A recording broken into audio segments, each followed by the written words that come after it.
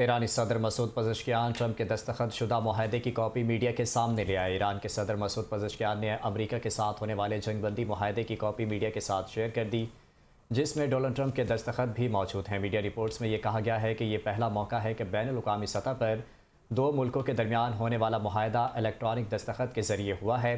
ایرانی وزارت خارجہ کے ترجمان اسماعیل بقائی نے تصدیق کی ہے کہ ایران اور امریکہ کے درمیان مفاہمتی یادداشت کے متن پر باضابطہ دستخط ہو چکے ہیں اور معاہدے پر عمل درآمد کے طریقہ کار کو حتمی شکل دینے کے لیے فوری مذاکرات شروع کیے جائیں گے۔ اسماعیل بقائی کے مطابق ایران کی دفاعی صلاحیتوں اور میزائل پروگرام پر کسی بھی فریق کے ساتھ مذاکرات نہیں ہوں گے۔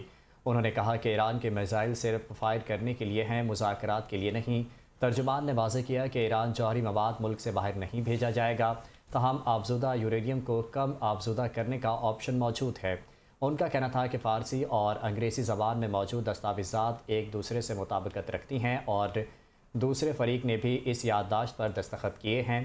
انہوں نے کہا کہ معاہدے کے تحت آئندہ 60 روز کے دوران دوسرا فریق خطے میں اپنی فوجی موجودگی میں اضافہ نہیں کرے گا اور نہ ہی ایران پر نئی پابندیاں عائد کرے گا۔